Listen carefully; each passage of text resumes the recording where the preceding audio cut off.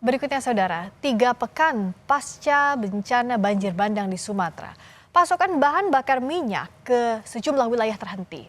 Pengerjaan jembatan Bailey dikebut guna penyaluran pasokan BBM dan kebutuhan pokok cepat tersalurkan. Bencana banjir menghambat penyaluran BBM ke beberapa wilayah seperti Kabupaten Mandailing Natal, Tapanuli Selatan, dan Kota Padang Sidimpuan. Antrean panjang pun mengular di setiap SPBU. Pengerjaan jembatan Bailey dikebut sebagai penghubung antara Tapanuli Selatan, Tapanuli Tengah, dan Kota Sibolga agar pasokan BBM dari depo Pertamina Sibolga dapat disalurkan. Dan kita tahu depo Pertamina itu ada di Sibolga, dan kita tahu nih kawan-kawan media pun cari minyak pun susah. Nanti kalau ini sudah terbuka, ini akan bisa terselesaikan. Tentu saja tidak hanya di Tamsel, Sidempuan, Mandailing Natal, Padang Lawas Utara, Pak. Dan juga nanti tentu kegiatan ekonomi juga bisa jalan. Dari sini banyak pasokan ke Tapteng, bahan baku, bahan makanan misalnya itu bisa terselesaikan. Pangdam 1 Bukit Barisan pastikan kesiapan pengerjaan jembatan Bailey di Sungai Aliran Baru di Desa Garoga. Jembatan Bailey dengan berat 25 ton dan panjang 48 meter dibuat guna menyambung kembali akses transportasi di wilayah terdampak bencana yang sempat terputus. Jika cuaca mendukung, target pembuatan jembatan ini selesai dalam sepekan ke depan. Ini untuk apa nih, Pak? Bicara dengan tim kita, ya mudah-mudahan ya kalau sesuai dengan rencana kita paling cepat ini bisa 1 minggu setelah hari inilah bisa digunakan jembatan yang ini nih, yang Sungai Baru.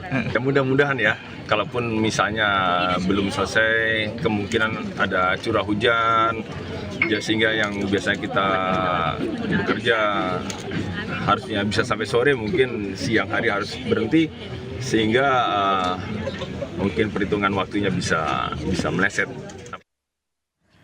Warga korban banjir bandang kini harus bertahan tanpa listrik dan air bersih. Mereka terpaksa menggunakan air parit endapan banjir untuk kebutuhan MCK dan mencuci sehari-hari.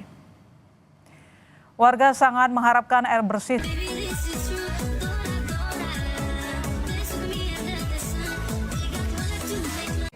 mencuci pakaian dan perabotan mereka. Belum menyalanya air dan listrik, hampir seluruh Kabupaten Aceh Tamiang masih lumpuh. Mayoritas warga juga tak bisa menempati kembali rumah mereka akibat endapan lumpur masih tebal. Mereka berharap pemerintah bisa segera menyelesaikan permasalahan kebutuhan hidup dasar ini. Dari kemarin udah capek. Saya tinggal di depan sini, di pinggir jalan. Rumah saya belum bisa ditempati karena lumpurnya sangat dalam. Berharap air lah, Bu. Kami sangat berharap air. Kadang di jalan pun air bersih cukup payah nyarinya, Ibu. Kalau udah nanti ada air 1 tangki pun rebutan hampir 1 kampung. Dapatlah sedikit seorang. Yang penting kita untuk masak, Ibu. Mandi aja kami kadang seminggu sekali belum tentu mandi, Bu. Nggak ada air. Nah, untuk MCK pipis gitu gimana, Bu? Ya inilah dipakai air paret nih. Air paret. Beragam bantuan terus datang dari berbagai pihak untuk membantu masyarakat yang terdampak bencana Sumatera. Di antaranya Universitas Bengkulu yang membebaskan uang kuliah bagi 11 mahasiswanya. Selain itu, pemerintah Sumatera Barat juga membuat 2 ton rendang daging yang akan disebar ke sejumlah pengungsian bencana Sumatera. Masyarakat Sumatera Barat menyiapkan 2 ton rendang daging untuk korban bencana di Aceh, Sumatera Utara, dan juga Sumatera Barat. Rendang daging yang dimasak ini ditargetkan tuntas segera agar dapat dikirim pada Senin mendatang dengan total jumlah mencapai 2 ton. Untuk pengiriman, nantinya Pemprov Sumatera Barat akan mengantarkan ke titik-titik yang bisa dilewati kendaraan. Rendang dipilih menjadi bantuan karena saat ini korban terdampak sangat membutuhkan makanan yang bisa langsung disantap dan bisa disimpan dalam jangka waktu yang lama. Ya, sehingga memang bantuan rendang ini yang sangat dibutuhkan ya oleh masyarakat. Jangan sampai masyarakat yang ditimpa musibah hanya makan mie saja, tapi kita berikan makanan rendang yang insya Allah dan itu adalah terlezat sedunia dan semua orang sangat menyukai ya, termasuk ya untuk Aceh dan juga Sumatera Utara. Kapan itu? Selain makanan, misi kemanusiaan juga datang dari relawan yang diberangkatkan ke Aceh Tamiang. Untuk membantu pemulihan pasca bencana, 37 relawan yang diberangkatkan oleh Pemprov Kalimantan Timur terdiri dari 14 tenaga kesehatan, 15 orang tim Tagana, serta 8 orang lainnya merupakan tim rescue dari BPBD. Selama misi kemanusiaan, para relawan akan bertugas selama 10 hari, mulai dari membantu tenaga medis hingga melayani dapur umum di sejumlah pengungsian. Nah, mereka ke sana ke Aceh Tamiang ya, itu kurang lebih 8 sampai 10 hari. Di sana kita memang tidak membuka dapur umum sendiri sesuai dengan hasil koordinasi tim AJU dengan posko di sana. Mereka hanya memerlukan tambahan tenaga untuk melayani kegiatan yang ada di dapur umum. 22 relawan kemanusiaan dari Universitas Bengkulu yang terdiri dari 20 mahasiswa dan 2 dosen kesehatan juga diberangkatkan ke Aceh untuk ikut membantu korban bencana di Sumatera. Nantinya mahasiswa akan ditugaskan sebagai tim relawan trauma healing pasca bencana terhadap warga yang membutuhkan pertolongan. Selain memberangkatkan relawan, kampus juga menggratiskan biaya kuliah bagi 11 mahasiswanya yang terdampak bencana Sumatera. Tim Liputan, Kompas TV. Kendaraan truk ekspedisi yang akan menyeberang ke Pulau Sumatera terjebak antrean panjang di luar pelabuhan Merak. Informasinya usai jeda.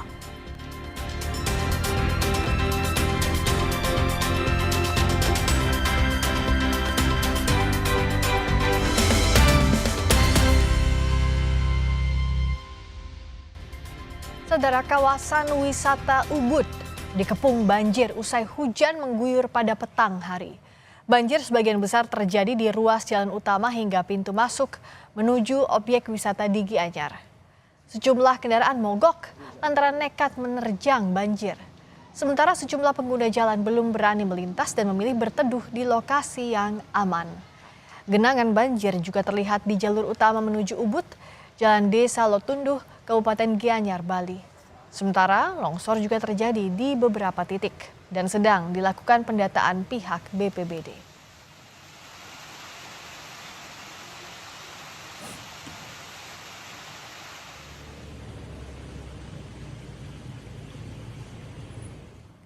Kendaraan truk ekspedisi yang akan menyeberang ke Pulau Sumatera masih terjebak antrean panjang di luar pelabuhan Merak.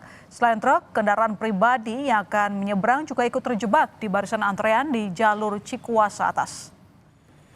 Antrean panjang kendaraan mencapai 2 km dari pintu masuk pelabuhan Merak akibat perairan di Selat Sunda mengalami cuaca buruk yang disertai gelombang tinggi dan angin kencang. Polisi terpaksa melakukan pengalihan arus kendaraan yang berada di persimpangan jalur pertigaan Gerem setelah keluar dari gerbang tol Merak agar arus lalu lintas tidak mengalami kemacetan panjang di jalur arteri.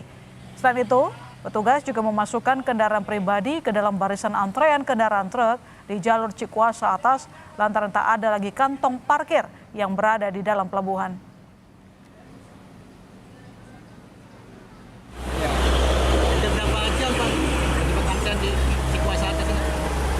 Sekarang kurang lebih 2 jam. 2 jam lebih. Kita tidak tahu sih. Jadi ini ikutnya aja. Disuruh lurus saja. Iya. Masuk Cikuasa. Ini mau kemana Pak? Mau ke Lampung Timur. Dari? Di Baimili.